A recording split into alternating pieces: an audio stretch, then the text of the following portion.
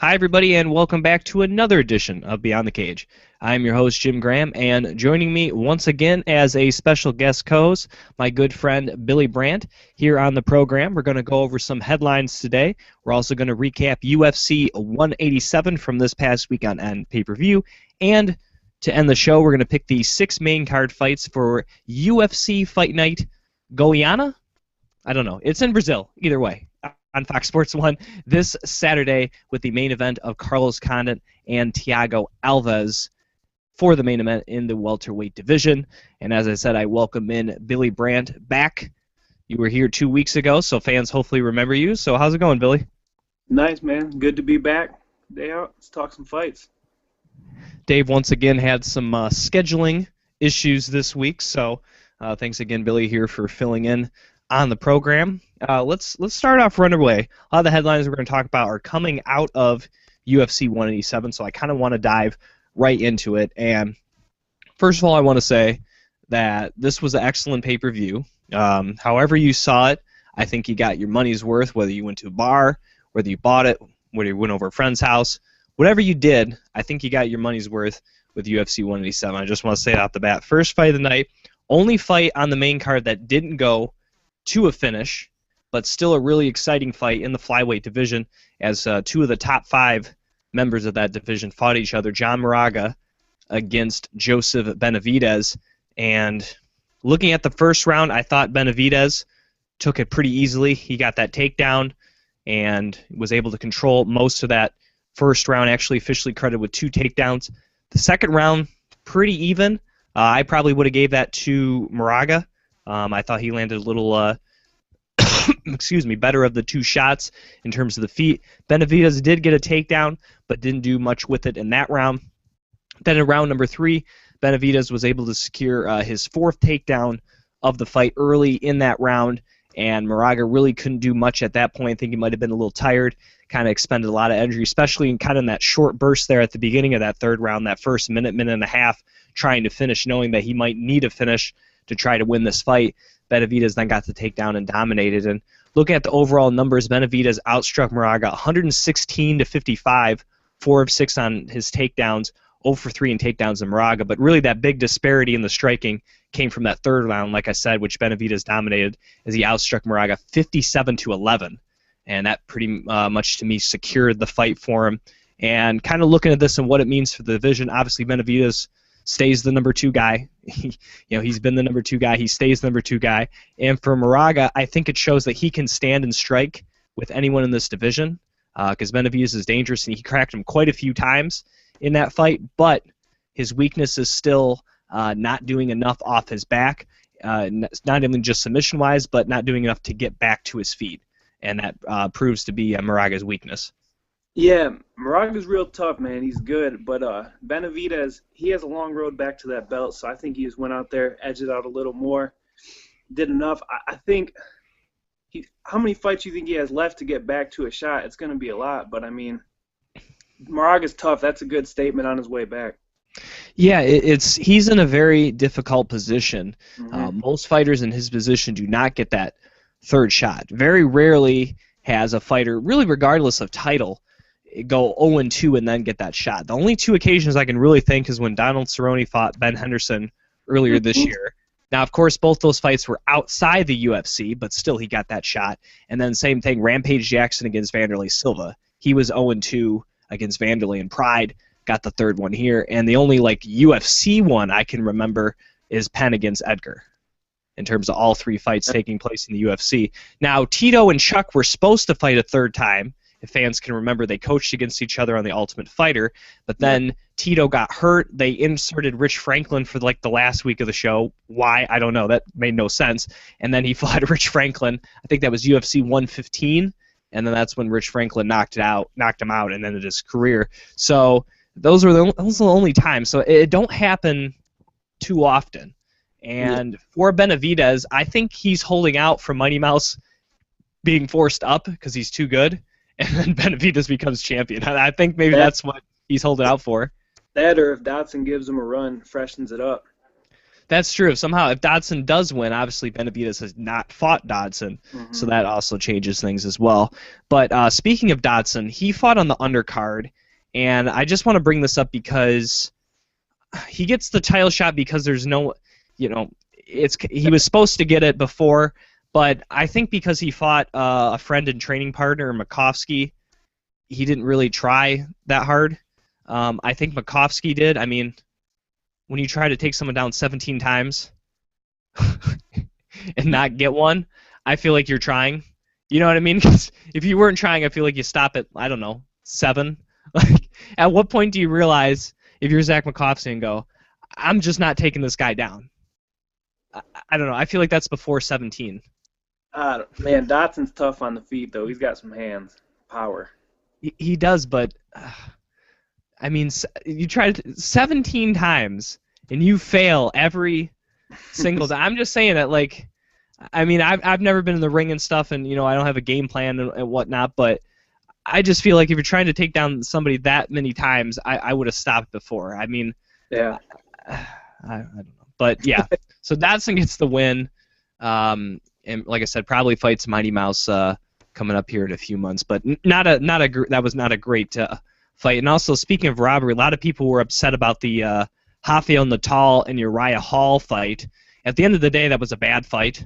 It was not very exciting. Neither guy really did a whole lot. So to me, as much as fans think Uriah Hall won, even if he gets the win, to me it doesn't really help him out that much because it was a bad performance. And I think the UFC rather have, in terms of looking at a guy, I think they'd rather have a guy go out there and have an exciting fight and lose than have a crappy performance and win. I think being exciting does more for you in terms of moving up. And that's why certain guys get bigger fights than other guys. For sure. I mean, I don't think it was that big of a robbery. It was a pretty close fight. Uriah let loose for a minute and looked good, but he also got caught with a lot. And also, how about Jung Hun Kim submitting Josh Berkman? Josh Berkman obviously coming over, World Series of Fighting champion at one point, coming over kind of with a little bit of steam under him, more so than when he was previously in the UFC. He comes in, I know he fights 2 tough guys in Lombard and Kim, didn't look good against Lombard, gets someone, maybe a little easier in Kim, then gets submitted. Berkman's almost on his way back out, and I think for Kim, this is a really nice bounce back win for him. He's kind of been hit or miss against some of the top guys. Obviously got knocked out in his last fight against Tyron Woodley in the first round. Comes back, submits Berkman. I think that's really big for him, and I think it sets up. Dave and I were talking about Jung Hun Kim against Neil Magny. I think with the win, I think that sets that up perfectly. Yeah, that would be good. I mean, I'm not going to lie, I was kind of in and out during that fight, but I'm pretty sure he was in a little trouble during that fight, too. He came back to win it, if I remember. Yeah, and since let's see here, November of 2012, Kim he's won 5 out of his last 6 fights. The only loss coming to Woodley. He's beaten the likes of Thiago, Paulo Thiago, that is, Sahar Barra-Deruza, Eric Silva, John Hathaway, and now Josh Berkman. Those are pretty solid names. Yeah. Some tough guys. So, yeah, I think the fight against Neil Magny would be good. Let's move on to what the fight of the night, maybe the fight of the year so far, even though it only lasted 1 round in the heavyweight division, Andrei Arlovski against Travis Browne. And we found out during the fight and kind of in the post-fight conference that Andrei Arlovski had a slight tear in his groin or quad or thigh. Something with his leg was not feeling right, and he almost considered dropping out of the bout, but he toughed it out and got into the cage with one of the most dangerous men in the heavyweight division, Travis Browne, and put on a clinic as Arlovski just overwhelmed him with strikes and really just accurate pinpoint strikes, great movement, and Browne was not doing a good job of defending him, and he was not doing a good job countering. He was trying to throw bombs and wild, and by the time this fight progressed after that first initial minute, it didn't seem like Browne really had much for Arlovski to offer. I mean, he had that one overhand right that sent Arlovski down for a minute, but Andre was able to cover and keep coming. Ended up outstriking him 51-15.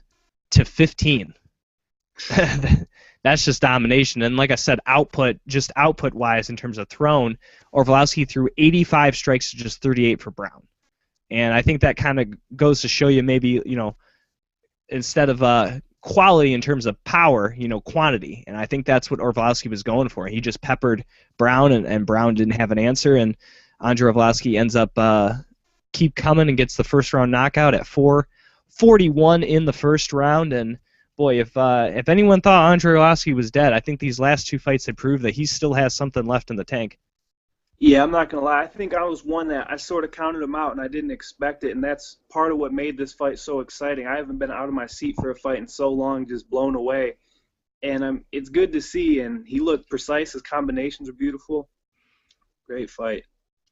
And like you said, I think the reason this comeback seems more impressive is not just the fact, he kind of had a decent run in World Series of Fighting and Strikeforce. I think it's more the fact that when he came back to the UFC, he had such a bad fight against Travis Brown. The UFC kind of lets him back just like, we'll have you for a couple fights and then he can retire. The UFC's really not thinking much of it. He has that horrible fight against Brendan Schaub, and then they're like, well, all right, we'll put you against Bigfoot, kind of expecting him to lose, hoping to build Bigfoot back up. What happens? He knocks out Bigfoot in the first round. Amazing. Like, wow, how did this happen? And then they give him this, big fight against Travis Brown. Travis Brown looking to get a win, to get a title shot, something he's been working for the last couple of years here, and he derails Travis Brown. Now Andre Arlovski's in a situation where he possibly could get a title shot now. The only other... Oh, go ahead. I think he deserves it. I think the way that division's clogged up, I just love to see it. Maybe I'm a little biased because I just want to see a beautiful comeback story, but he looked good. Yeah, I think definitely he is up there now. I'd like Junior Dos Santos and Overeem to fight. That fight was supposed to happen a while ago when JDS was champion, so I really would like that fight to happen. And to me, the winner of that fight definitely gets a shot at the title. I don't care if it's JDS Kane 3 or Kane 4, sorry. Those guys that put on wars, I'll see that one again.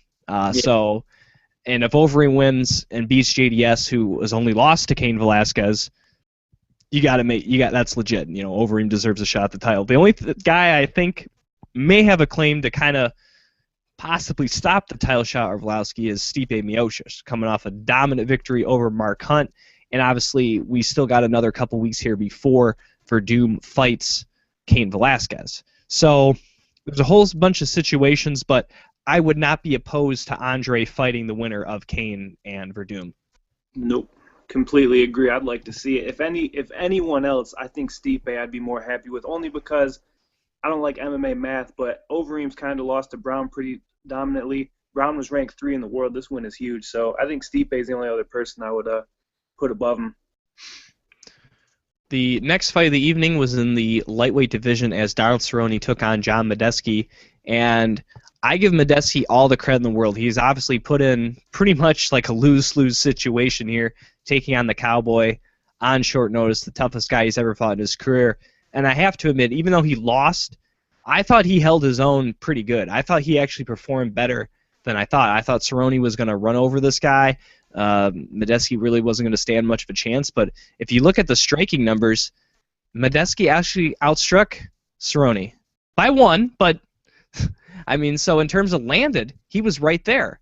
But I think the difference, and what's the difference in a lot of fights with Cerrone, was his reach, not only with his hands and his legs, that ability to cover distance, because Medeski really had to get inside to land those strikes. And I think after the first round, I think Cerrone realized, to use his range a little more, that, Medeski does hit hard and, can get inside, and he has to avoid that a little more. And I think that's when you really saw Cerrone open up with the kicks, not just to the legs, but to the head. And obviously it was the head kick that did Medeski in, cracking his jaw, or at least fracturing it or dislocating it. And Medeski had to tap out due to that at the 4:44 marker, and Jason Herzog had to step in. And like I said, all the credit in the world for Medeski, but yeah, Cerrone's just on a roll, and glad to see the UFC is looking like they're going to make Cerrone Dos Anjos 2 coming up for the lightweight title here in a few months. Yeah, I think Cerrone kind of already deserved that shot, but all credit to Medeski. He stood right in the pocket. He kept landing that left hand. Had me a little worried, honestly, but Cerrone did what he had to do, and finally gets that title shot he deserves. Now, for Medeski, I would say, he can bounce back and have someone, a bigger name too. But with that jaw thing, there's a good chance that he could be out possibly for a year. As listeners know, we're good friends with Eddie Wineland, and after his loss in Cincinnati, he had to have his jaw like wired shut and stuff. He's out for about a year. He's going to fight here in July against Brian Caraway, and that'll be his first fight in a little over a year. So the jaw is a very serious injury. So Medeski could be out probably the rest of 2015. Yeah, I didn't see the extent of how long he's out, but I did read that he already had surgery and it all went well. But I don't know exactly the number on how long he's out. I'm just saying I wouldn't be surprised if he doesn't fight again this year. Yeah, I sure agree with that. And if he does, it's like November, December. It's not like in September or something. Mm-hmm. All right, let's get to the co-main events of the evening. UFC Middleweight Championship of the World. Chris Weidman against Vitor Belfort. After a big opening flurry from Vitor Belfort, Chris Weidman was able to land a takedown and then just tee off on the Brazilian. Ended up outstriking Vitor 50-19 en route to a first-round stoppage at the 2:53 marker as Herb Dean had to step in. And kind of looking at this fight, Weidman in his post-fight mentioned, I'm going to take those shots. Vitor's going to tire himself out. Vitor threw like 10 shots. I don't think he was going to tire himself out after those 10 shots. He cracked him a little bit. But when it went to the ground, it just seems like Vitor was like mentally defeated. Like he stopped that first one, and then the second one happened, and he was just, it's like his brain just went, ah, crap, and he just completely blanked and forgot all his martial arts training. I mean, we're talking about a guy that's a Brazilian Jiu-Jitsu black belt here, Billy, and he looked like an amateur. I'm not saying Chris Weidman isn't good, that he can't get position, that he's not strong, he's not dominant, that he wasn't throwing bombs. I'm not saying that. But if you look at what Vitor did, he didn't do anything to slow down Chris Weidman. I honestly think it's the post-TRT, man. He just looked like he had none of that strength. Like, on the feet, he's still so good with his striking, so he'll catch you right. But off his back, he just looked like he couldn't stop anything, just weak. Something, because I mean, there was no grabbing for the head, there's no posturing up, there's no scrambling, there's no attempt at grabbing an arm. I mean, nothing was done. In fact, He was trying to slug Weidman from the bottom. That's about the worst thing you can do. And like I said, I don't know if it was a mental thing or if he just legitimately thought that Weidman would stop and he could get up. I'm not really sure, but Vitor to me after that flurry did not show up. I mean, all the credit in the world to Weidman, but that was a bad performance by Vitor. I'm not taking enough from Weidman. He had to do what he had to do, but you could tell for sure something was different with Vitor. I mean, even if you look like the opportunities he created with Jones on top of him and stuff, it just wasn't the same. Yeah, that's what I mean. It's not like he hasn't been taken down before or threatened with submissions. I mean, like you said, you look at the Jones fight, sure, he lost that fight, but Jones is obviously longer and lankier than Weidman, but I mean just as big, very similar strengths. I mean, ground and pounds, some similar skill sets. So you would kind of factor that in a little bit, and it just didn't seem like any of that was there. And I think in the process, his second shot at the middleweight title, both times getting knocked out pretty violently in the first round. I don't think he retires, but this was kind of his last shot. I don't see him getting another crack at the title. I mean, he's already 38 years old. Yeah, I feel like this is his last shot at the title, and he's probably going to keep fighting. He's a fighter, but I don't know what more he has to prove. I think this should probably be it for him. I don't see him making another run unless he tries a 170 drop. Yeah, I mean, I don't know if he get down to 170. He looked a lot smaller. I don't know. Yeah. Well, I mean, I think there's some fun fights left with him in the middleweight division, and heck, even if he wants to jump up to 205, I think there's even some fun fights. So it's kind of up to him. I mean, I'd love to see him against Shogun. I think that would be good. Musasi's calling him out. I think that's a fun fight. And I know he's coming off a loss, but I know because Vitor would stand with him. I even think a fight with Costa, would be pretty good. Yeah, that'd be an exciting fight on the feet. And then, heck, even that young kid Robert Whitaker. shoot, him against I mean, Vitor may not know who Robert Whittaker is, but I'm just saying from a striking standpoint, guys that probably aren't going to take him down. So there's definitely some fun fights with him, but yeah, he got a shot and wasn't able to live. And yeah, Weidman, afterwards, am I not legit and stuff? And I definitely think if there was some doubt left in people's minds, I don't know how there can be doubt left. I mean, he beats Anderson Silva twice, wins 4 or at least 3 out of 5 rounds against Machida in an epic war, and then knocks out Vitor Belfort in the first round. To me, there's no doubt that he's the undisputed middleweight champion of the world and the number 1 185-pound fighter. Yeah, I feel bad because even though I say like Vitor looked different, Weidman did what he had to do and he's legit. But there will be people that say, "Oh, Vitor wasn't the same." I still don't credit you. I mean, I don't know what he's gonna have to do. I mean, maybe Luke Rockhold and Jacare, but I give him his full credit. I mean, the dude is tough to go through those 3 guys. I don't care what the situation was, especially Machida. There was nothing wrong with that fight. Now, of course, after a title fight, it's always who's next. And it looks as though Luke Rockhold is next. When and where, we don't know yet. We're not officially knowing it's Luke Rockhold, but I think the UFC is leaning that way. I think what he did to Machida there, submitting him in the second round, the very dominant performance he had, I think he kind of leapfrogs Jacare. Unfortunately for Jacare, he couldn't fight Yoel Romero in New Jersey, and that unfortunately hurts his chance at a title. Now, also what sucks for Jacare is that all the other top middleweights, with the exception of Luke Rockhold, now Chris Weidman, and I guess Vitor Belfort, are pretty much all booked up. I mean, we have Talis Leites and Michael Bisping just announced for the main event in Scotland. We have Romero now taking on Machida down in Florida, coming up in a few weeks. Tim Boesch is fighting, Dan Henderson next weekend. He already fought Gegard Mousasi, that being Jacare, and beat him pretty bad. So I don't see Jacare Mousasi 3 happening. Obviously, Mark Munoz just retired. And then you start kind of getting down the list of the guys that, maybe aren't ready for Jacare. We mentioned Robert Whittaker. That's a young and exciting kid, but, lower in the rankings. A guy like Rowan Canero, is lower in the rankings. Costa just come off a loss. So unfortunately for Jacare, it's if he doesn't get the title shot, I don't know who the UFC puts him up against. Because to me, he's like right there. But there's no one quite for him right now to kind of get him over that hump. Yeah, the thing is, I honestly don't think it's going to be a problem. I think they're going to give Jacare the shot, even though I don't agree with that. I think Rockhold should get it. The way it seems, I think they're going to give Jacare that title shot. Now, the easiest thing, obviously, would be to have Rockhold fight Jacare again. Yeah. If they were so inclined. But I think they're going to make a decision one way or the other. I think because Weidman's had the injury problems, they don't want to keep Weidman out longer than they have to. Yeah. Which to me makes sense.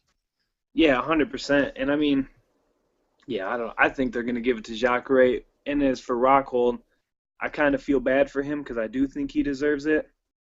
But that's just how it goes sometimes. That Vitor fight, I think, sent him back a lot to a lot of people. All right, let's get to the main event of the evening, UFC light heavyweight title, Rumble Johnson against Daniel Cormier for the vacant title. And looking over this fight, it seemed that it wasn't just simply throwing stuff hard and wearing himself out. I think that did hurt, but I think it was wildness by by Rumble Johnson. And I say that because he did crack him, but I think because he cracked him early there, Billy, I think that he got in his head like, I got to hunt for this KO. I can feel it. And I think he started going for crazy stuff that he probably knew he shouldn't have. And you even hear in between rounds, his corner's like, probably not throw those kicks, dude. He's kind of telegraphing them, he's taking them, and he can take you down. And that happened a couple times to him, that being Rumble Johnson getting taken down off of kicks. And I think kind of that wildness and Cormier's kind of calm, cool, and collectiveness in this fight, kind of the willingness to just kind of take what Rumble was throwing at him.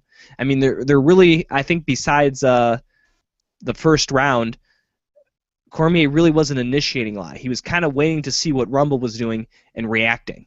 And I think after that first round, Cormier played it perfectly. Definitely, to me, would have won those next 2 rounds. I had Rumble winning the first, and obviously in the third round was able to secure in the submission there to win the title. And I think for Rumble, one, maybe not go as heavy in that first round, be a little more accurate, and two, you got to follow your own advice. After the fight, he said that, I'm not surprised that Cormier took my shots. Yet you were going for the KO like crazy. So follow your own advice and, kind of pick them apart a little more. And I think if Rumble does that, he could beat a guy like Daniel Cormier. And obviously, because the division's kind of thin right now, he's only 1 or 2 wins away, and he's right back in the title picture. Yeah, I think he got a little excited. He's been knocking people out like crazy. I think if he fought it more like the Phil Davis fight, stayed calm, played his boxing out more. But also, I give a lot of credit to DC because, man, that shot was hard, and he didn't get flustered. He didn't just get all he regained composure well, got his position back, and then went from there, which really surprised me because I've never seen him rocked like that.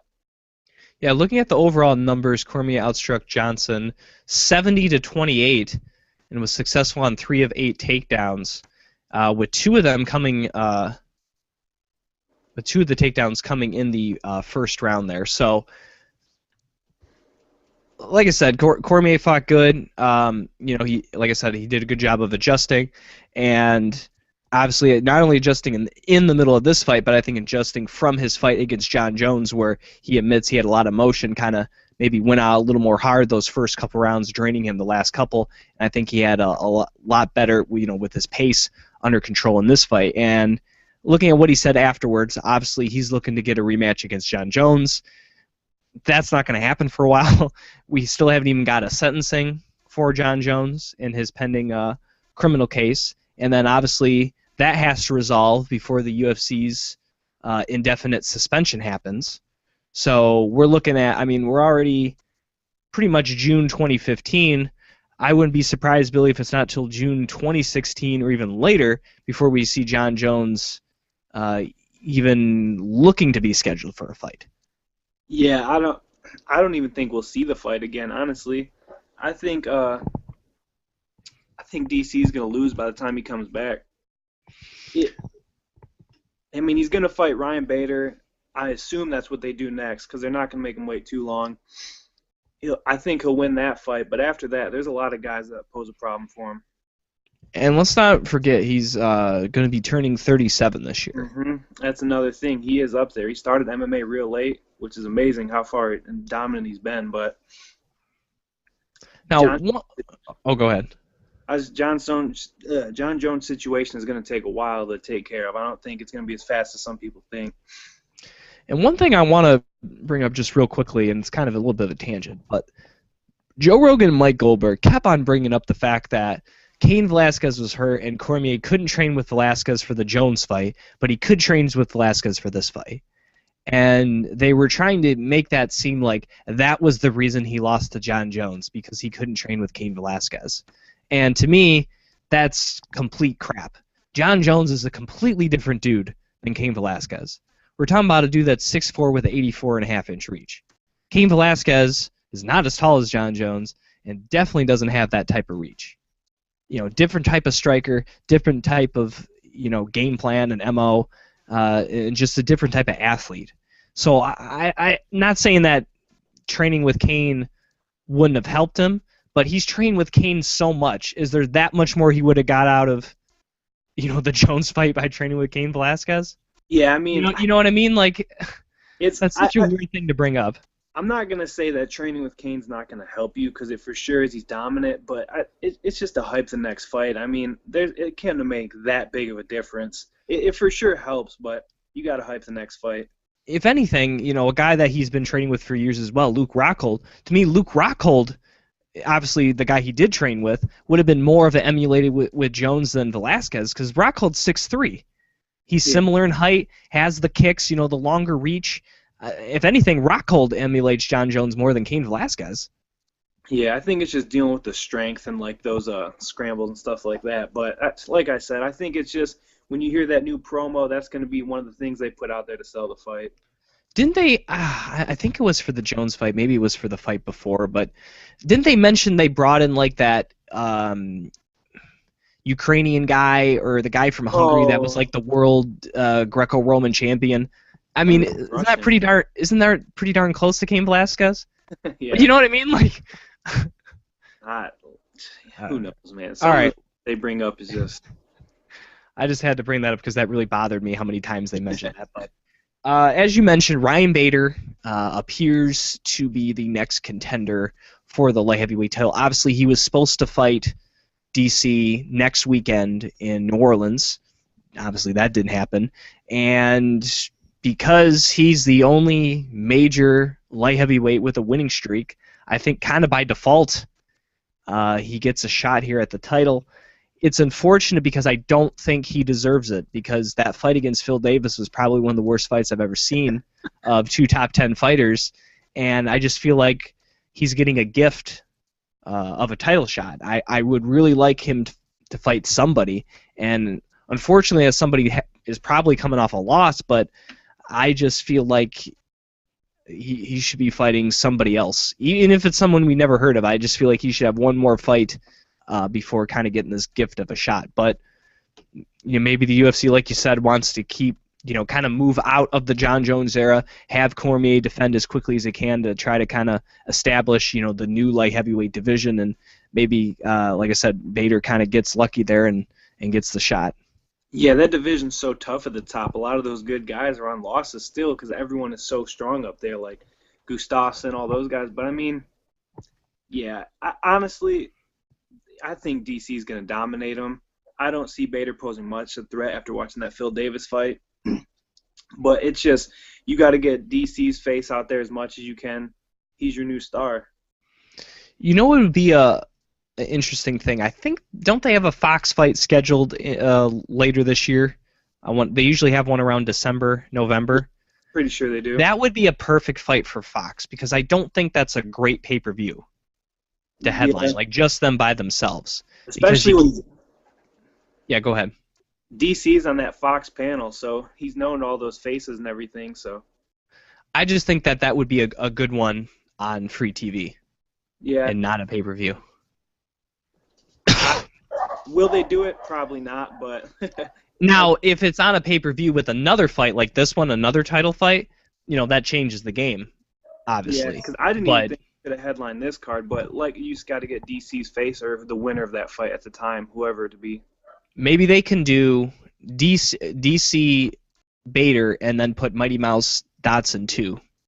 Yeah. That would be a good pay-per-view. That'd be good. Because both those by themselves, probably not the greatest headline for a pay-per-view, but you put them together.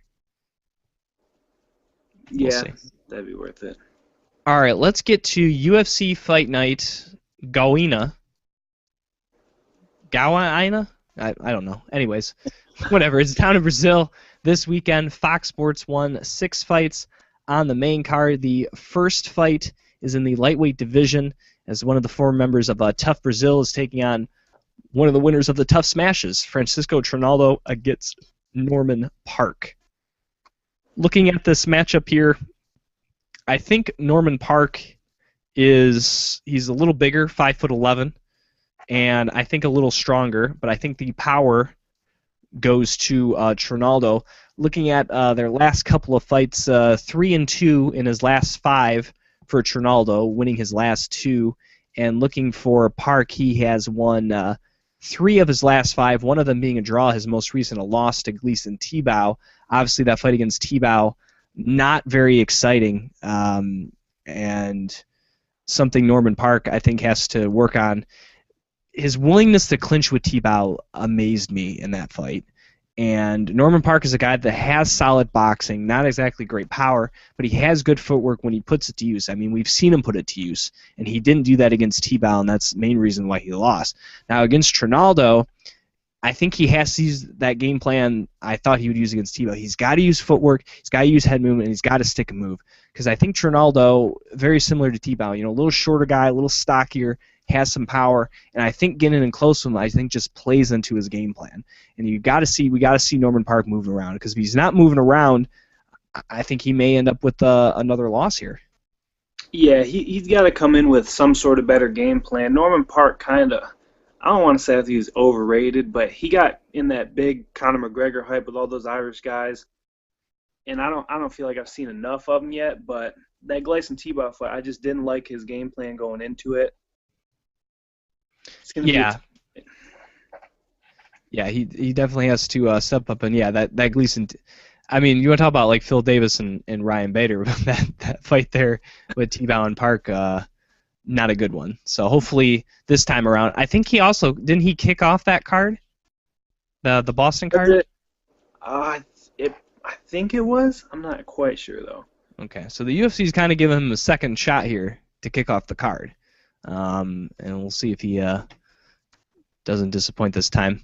Next fight of the evening in the welterweight division, Wendell Oliveira against Darren Till. Look at this matchup. Darren Till undefeated in his career, making his UFC debut 12-0, standing at 6'1". Taking on Wendell Oliveira, only fought once so far in the UFC. It was a loss to Santiago Ponzinibbio. That was a couple of months ago. I do obviously with not going off of that information. Obviously, Oliveira, does like to strike. He, was in. It was a fun fight there against Ponzinibbio.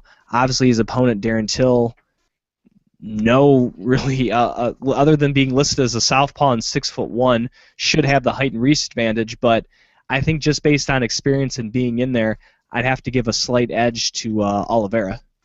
Yeah, I don't know much about Till. Even Oliveira that much we haven't seen too much of, but who knows? Like this Darren Till, I haven't seen him fight. He could be something spectacular, so there's not much to go from for me, honestly. I don't know a lot. I can't lie. Yeah, we'll see. Darren Till, maybe he's the next big thing, but he's a young guy. He's only 22 years old, so we'll see what he can make here. The fighting a veteran there in Oliveira. The next fight of the evening, Francimar Barroso will take on Ryan Jimmo. And looking at Barroso, 1-1 so far in the UFC. His last fight was a loss to Hans Stringer. Looking at Jimmo in his last couple fights here in the UFC, just 2-3. Most recently, a loss to Ovens St. Preux. I believe that was back in Vancouver. I think Jimmo's probably the better fighter here. I think he's a little more well-rounded. Hans Stringer, I haven't, I don't think that guy's that good. To be honest, I've seen a couple of his fights in the UFC. Who do you fight at? Fabio? Yeah, and got dominated. So yeah, he got knocked out. I think if you got beat by Hans Stringer, I feel like you're not that good, to be that honest. And I think Ryan Jimmo's a guy that I feel at times just doesn't do enough output. I think sometimes he's too conservative at times, and I think that's held him back in a few fights, and other guys kind of impose their will. And I think if he can kind of get back to throwing more output and maybe even throwing harder, kind of like if you look back at his days there, I think he fought in the MFC in a lot of his early Canadian fights. That's kind of what he needs to get back to. I don't know if he can make a title run, but I think he can definitely improve his place in the light heavyweight division. I think he can compete with some of these top guys. He just needs to do more output, get guys more worried about his diversity in striking. Yeah, he needs more of that post-fight dance. I mean, that too. Yeah, it's tough. I mean, OSP is a tough fight for anyone, so I can't really say much for that. But I think he's all around the better fighter in this fight. All right, this is just breaking news because I just saw this posted by MMA Mania, and I just thought it was funny. I know, off topic, but it has to do with Brazil.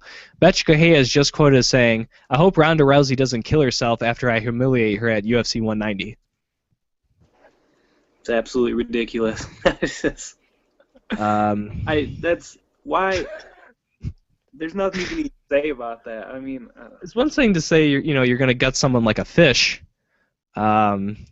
But I think win or lose, I don't think Ronda Rousey's contemplating that. No, Ronda Rousey's all right. She's on the way. So, all right, I just had to bring that up. I saw it pop up on my Twitter feed. You can't ignore something like that. Someone's got to try and get to her though on the flip side, because everyone else is basically defeated before they get in there. That's true. Unfortunately, that was probably translated through Portuguese. Like that was, she didn't just flat out say that in English. Right. That's the only unfortunate thing, is that even if that was at a press conference of both of them, it would have had to been interpreted, and I think it loses its effect when you have to hear it from someone else. Yeah. So all right, let's get to the next fight here. Actually, It looks like this is going to be in the... It says welterweight on Fight Metric, but it lists both their weight at 155, so I think it's going to be at 155, so that's an error there by Fight Metric, a rare error by Fight Metric in this next fight as KJ Nunes takes on Alex Oliveira, the other cowboy in the 155 division, if you weren't sure, the Brazilian cowboy. Couldn't tell. Oliveira only has one fight in the UFC, was lost to Gilbert Burns a couple of months ago in the Maya LaFleur Fight Night, and looking for KJ Nunes here, since coming over to the UFC, a 2-2 record with a no contest. Obviously, the last no contest against our good friend Darren Cruikshank. Obviously, Oliveira is going to be he's a pretty big dude. If I remember correctly from the Gilbert Burns fight, does have some takedowns, okay striking. Obviously, I think Nunes will be the better striker, but the X factor in this fight is, can Oliveira get this to the ground? If he can get on top, he can probably beat KJ Nunes. KJ Nunes not great off his back, but if it stays standing, I gotta believe KJ Nunes can easily knock out the Brazilian cowboy. Yeah, KJ Nunes, when he was fighting Darren, I do think he was losing that fight, but both their striking is so good. They're very well-rounded strikers. Oliveira, yeah, he's got to get that takedown. The X factor is that his chest says cowboy, so we know he's for real. The co-main event of the evening is in the 145 division as Nick Lentz takes on Charles Oliveira. Look at these last couple of fights for these fighters. Nick Lentz in his last 5 has won 4 out of his last 5, the only loss coming to Chad Mendes, and his last win was over Manny Gambirian. Looking at Oliveira, he has won 3 in a row. His most recent victory over Jeremy Stevens back at the Tough 20 finale. Both these guys, towards the bottom of the top 10 in the division. A win really elevates them up the ladder, especially with losses to Bermudez and Ricardo Lamas in the way. A win by either of these guys really puts them in good position. Obviously, Frankie Edgar is probably the #1 contender, but a win here kind of elevates these guys to maybe one more fight, maybe a matchup with Chad Mendes here down the road. But the difference to me in this fight will be the striking. I think Oliveira, even though he's a great jiu-jitsu guy, he's going to have trouble trying to take down Nick Lentz, the former All-American at the University of Minnesota. And if I think it stays standing despite kind of that length and kind of awkward style of Oliveira, I think Lentz is the more technical striker, and I think that will serve him well. So obviously Oliveira can submit anybody. He can very easily do that, but I think that getting a takedown there from Mr. Dubronx will be easier said than done. I'm sorry there, my stuff kind of cut out real quick. I just left off on the Oliveira and Lentz fight. Your thoughts on that? I mean, Lentz is strong. I think his wrestling will be good. The Chad Mendes, or it was Mendes, right? Yeah. Mm-hmm. That's such a tough fight, but I'm sorry, I just got kind of lost because I was trying to reboot this real quick to get back on here. Everything all right? No, you're good. Yeah, it's coming through. All right. Yeah, it's they're both ranked pretty close. The Mendes fight, I think, will do a lot good for Lentz, and I think his name's been thrown out there a lot with the top guys because all the McGregor stuff, so this could be a big fight for him. The main event of the evening will be in the welterweight division as 2 former title challengers will face each other as Carlos Condit, the natural-born killer, will take on the pitbull Thiago Alves. Looking at the last couple of fights for these gentlemen, of course, Carlos Condit is coming off a loss to Tyron Woodley, or not only lost, but hurt his leg in the process. He's been out of action since last year. Looking at Alves, after about a 2-year layoff due to injuries, he has come back and beaten the likes of Seth Baczynski and more recently Jordan Meehan. And looking kind of at that Meehan fight, obviously Meehan I think was kind of able to overwhelm Alves a little bit with the diversity of striking and obviously his height and reach before obviously Thiago was able to land a big kick there. Now Carlos Condit can very easily follow what Jordan Meehan did, but the question is, how will his footwork be coming off this leg injury? We don't know that yet.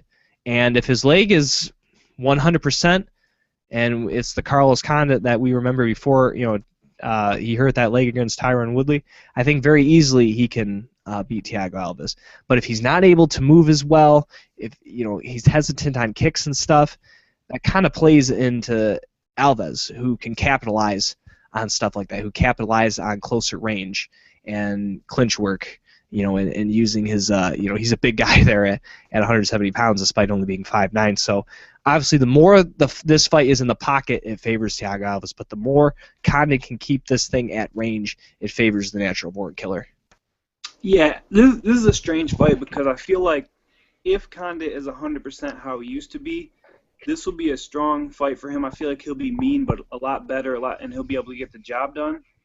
But because in that Woodley fight, before the whole leg injury, he was getting caught a lot, and Alves has that power to finish someone. So that's going to be a close one. It's going to be a good war, I think. And it's another thing about this, I think this is a really good main event. It's crazy. These guys have both been in the UFC for a very long time. Obviously, Alves a little longer than Condit, but Condit injured at 2007. I mean, combined, they've probably been in the UFC almost 20 years, and they have never fought. It's crazy to think that now they're meeting here in 2015, and it's still a very relevant matchup. Yeah, it's going to be a really exciting one, too. I'm actually really excited for this fight. All right, well, with that said, Billy, let's get to some picks here for UFC Fight Night Goiania. First fight of the evening in the lightweight division, Trinaldo against Park. I kind of was disappointed by Norman Park in the last fight. I've kind of been a Norman Park fan since his days on the Tough Smashes. I think he redeems himself here in Brazil, and I'm going to go with Norman Park to win this one.